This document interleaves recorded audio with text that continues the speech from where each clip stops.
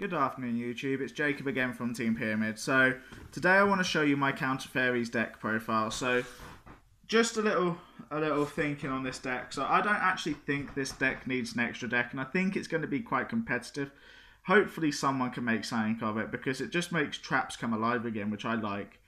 So later on this week, you may see the end of the first season of the Battle Royale. See how that come to end.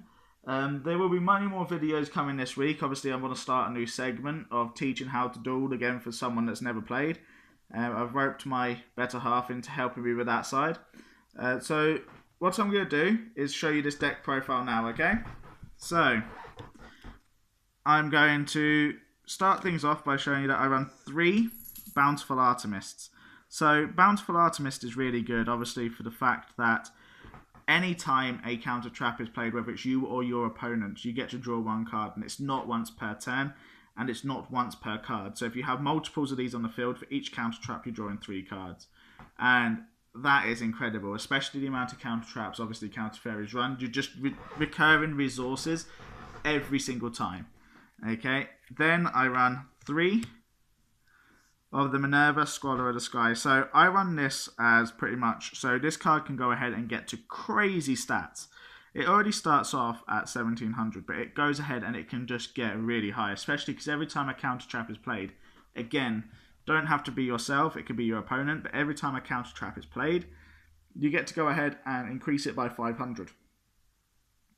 And if this card is on the field while Sanctuary in the Sky is on the field, and a counter trap is activated, add 1 counter trap with a different name from your graveyard to your hand, and that is not once per turn either. So that is crazy. So you can activate your counter traps and obviously get another one back to your hand ready for the next turn, while giving it extra attack. I then run 3 Bountiful Artemists. So I run 3 Bountiful Artemists. Obviously this card is just generic for the fact that it makes it so you can have your counter traps for free. You don't have to pay discard costs. You don't have to pay life point costs. It makes it free. And then obviously if you play it as a monster anyway, and it gets destroyed, you then pick 3 counter trap cards from your deck, and your opponent literally picks how they're going to get hurt the next go round. I like the fact that it makes your opponent sweat. I then run 2 Power Angel Valkyria. So the fact that when if you negate the activation of a spell or trap card or monster card effect, add 1 light fairy monster from your deck to your hand. But you can only use this effect once per turn. However, it lets you search pretty much anything you want from your deck, which is crazy. And it's already got 1800 attack, 1050 defense. The defense is a bit weird if you ask me, but the original attack of it is pretty cool. I then run 2 of the Sacred Arc Air Knight Parshath. So I run 2 of him because obviously he is the boss monster in the deck, and I think he synergizes quite well with obviously some of the counter traps that we run. Okay, this card obviously as well, it lets you special summon itself by pitching either from your hand, field or graveyard, and it special summons itself. It inflicts piercing damage, and on top of that, it gets you back your resources and your counter traps, or another Air Knight or another Parshath card. So I generally go for the counter traps. However you want to build your deck yourself, it's your decision of how you want to go with that. I then run 2 Honest. So I run 2 Honest, and as you can see, they're the Platinum Rare. I quite like the Platinum Rare. But as you see, I run 2 Honest. I run 2 Honest because, again, you're making it so your opponent plays how you want them to play. And all the monsters in this, other than the Parshath monster, they're all meh. They're not that strong. So when your opponent attacks, they're all lights. You activate that, and you get to go ahead and just run over your opponent's monsters. I then also run 1 Melon, Sage of the Sky. So a reason why I run 1 Melton is because Melton, each time you activate a counter trap, you gain 1000 life points, and if Sanctuary in the Sky is on the field, you get to destroy one card on the field. Doesn't say spell trap or monster. It just one card your opponent controls. And that's not once per turn. And I think that's really good. And obviously, the amount of counter traps you're getting and the amount of counter traps you're replenishing works really well with this deck. I wouldn't run more than one. One I found is enough. That's it for the monsters. Then off to the spells. Probably one of the best cards in the deck is Ties of the Brethren. So yeah, it stops you from being able to attack or special summon after this card's been activated. However, if you're starting off with a Bountiful Artemist on the field, you get to go ahead and you can go ahead and get an Honest and a Minerva ready set in the field for your next turn, because obviously Honest will bounce back to your hand, which means you can then go ahead and your opponent knows what's heading for them if they attack you.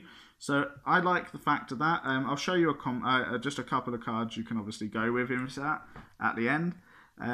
Then I run 3 of the Sanctuary of Parshaf.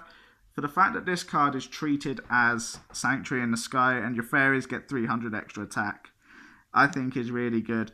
And the fact that this card, obviously, once per turn, you can target a total of 3 fairy type monsters and or counter traps with different names in your graveyard. Place them on the top of your deck and then in any order is really, really good. I then run 2 Sanctuary in the Skies. Like I said, I've gone for the Sanctuary in the Sky build, so no matter what, you get 2 of them on the field. Sanctuary in the Sky stops you from taking your battle damage, and that will just increase your monster's attack anyway, and also known as Sanctuary in the Sky. You're literally just making sure that you are covered. And then 1 Monster Reborn. Monster Reborn, while it's at 1, we'll play it.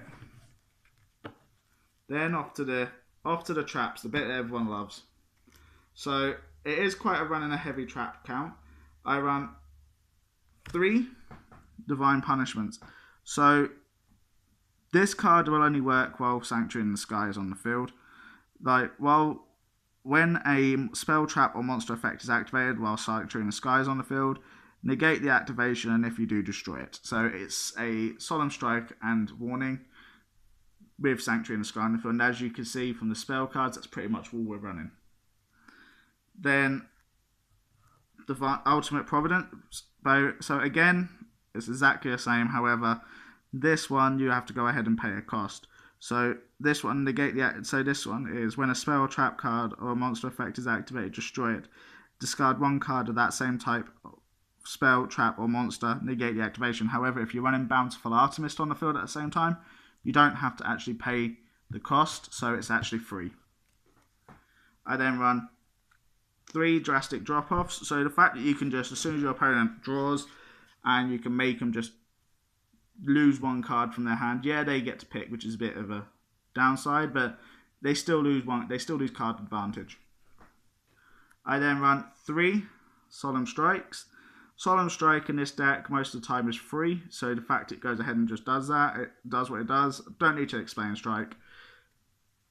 Then I run 2 Rebirth of Parshaf. So again, this card is really good. When a spell, trap, or monster effect is activated, reveal 1 counter trap from your hand. So Bountiful Artemist will not stop that. You still have to reveal a counter trap.